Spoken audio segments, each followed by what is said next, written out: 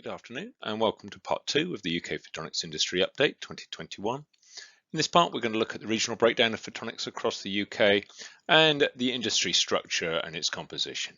Thank you.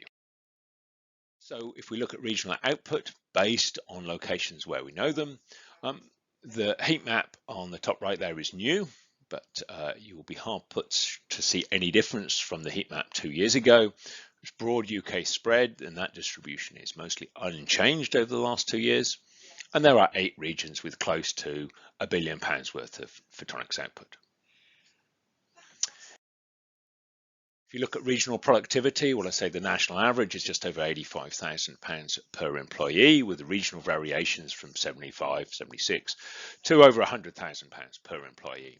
That's significantly greater than the national manufacturing average. And there are a number of companies, over 50 companies, with a gross value add per employee of over £100,000. And that, of course, is the aspiration for everybody to increase their productivity to that level. Regional employment very much mirrors output, as one might expect. But the important thing here is to note that 2/3 of employees in photonics are outside London and the southeast, spread over 1,200 firms in 1,500 locations. But those firms are not huge. There are certainly many large ones, as we'll see in a moment, but there are only or less than 20 companies with more than 500 photonics employees. So if you look now a little bit more at the industry composition and the makeup of photonics in the UK, so looking at company size, what we see is that photonics firms remain consistently slightly larger than average. So if we look here, there are 53% of photonics firms are micro size, less than 10 employees, relative to what you might expect, 70 to 75% in fluid dynamics, acoustics, UK manufacturing, UK engineering. And there are a slightly higher fraction of UK photonics firms are small or medium-sized or even large. Why is slightly unclear. We've added 200 companies this year, but this differing distribution remains true. And it may be that you require slightly more people in a photonics firm to be viable, or it may just simply be that there are slightly fewer one-man type consultancies in photonics than there are in other areas. What is true is that most of the revenue and most of the employment is from those small number of very large companies. 66% of revenue, 69% employment from just 3.3% of firms.